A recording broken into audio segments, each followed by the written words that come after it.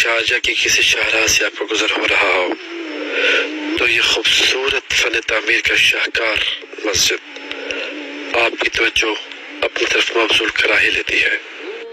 یہ ہے مسجد شارجہ۔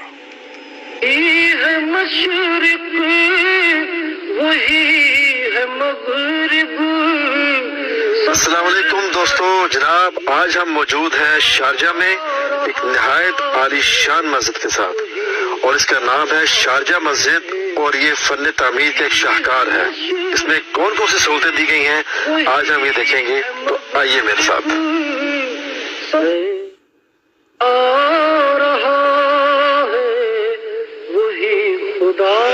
مسجد کے احاطے میں داخل ہوتے ہی سب سے پہلے جو مناظر آپ کی آنکھوں کا استقبال کرتے ہیں وہ ہے ہمارے لاہور کے شالمار باغ کی طرح نیلگوں پانی کا دور تک نظر آتے فوارے اور تالاب، اور دوسری جانب سرسبز گھاس کی دور تک پھیلی قالین نما تہہ۔ یوں گمان اور واش روم کے جدید ترین اور خوشگوار حیرت میں ڈال دینے والے انتظامات دیکھ کر ہی میں سحر زدہ تھا، اور وضو کرتے وقت بھی یہی سوچ رہا تھا کہ جب مسجد میں داخل ہوں گا اس وقت یعنی حیرت کے کیا کیا سامان دیکھنے کو ملے۔ وہی ہے مغرب سفر کرے سب۔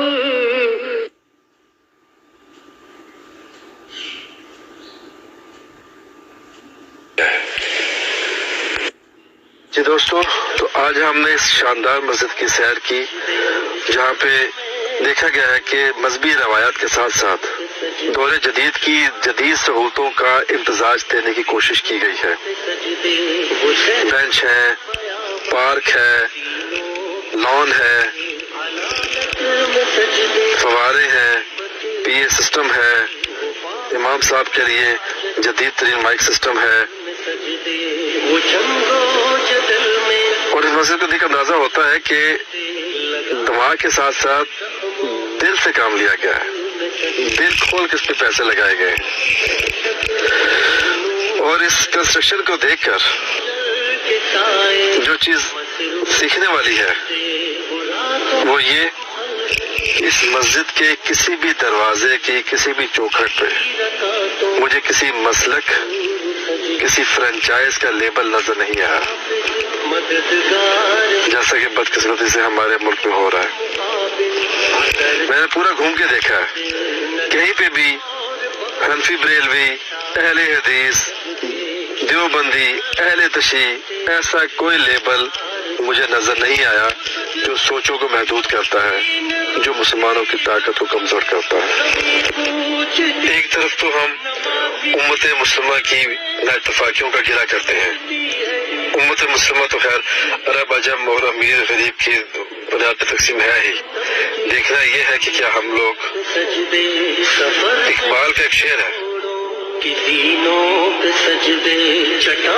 ایک ہو مسلم حرم کی پاسبانی کے لیے، نیل کے ساحل سے لے کر تاب خاک کاشغر۔ نیل کا ساحل تو ایک طرف، کاشغر دوسری طرف، ان دو انتہاؤں کو بانٹنا تو ایک طرف۔ کیا ہم لوگ، دیکھنا یہ ہوگا کہ اپنے شہر، اپنی بستی میں ایک عبادت گاہ پہ متحد ہیں؟ کیا ہم لوگ کھلے دل سے دوسرے مسلمان کلمہ گو بھائی کو قبول کر رہے ہیں؟ اللہ تعالیٰ جو رحمت للعالمین ہے، جس کی برسائی ہوئی بارش سب پہ مساوی برستی ہے، جس کا طلوع کیا ہوا سورج ہر ایک کو مساوی تمازت بخشتا ہے، اس رحمت للعالمین کی عبادت کا، اس کے گھر کو ہم لوگ کون ہوتے ہیں فرقوں کو اور مسلک کی بیس پہ تقسیم کر کے راستے محدود کرنے والے؟ بہت زیادتی کی بات ہے۔ یہ سوچنا ہوگا کہ اللہ تعالیٰ نے تو فرمایا تھا کہ اللہ کی رسی کو مضبوطی سے تھامو اور تفرقے میں مت پڑو۔ کیا ہم نے اس حکم کی پاسداری کی؟ اللہ کے رسول نے فرمایا تھا کہ مسلمان قوم کی مثال ایک دیوار کی طرح ہے جس کی ایک اینٹ دوسرے کو مضبوط کرتی ہے۔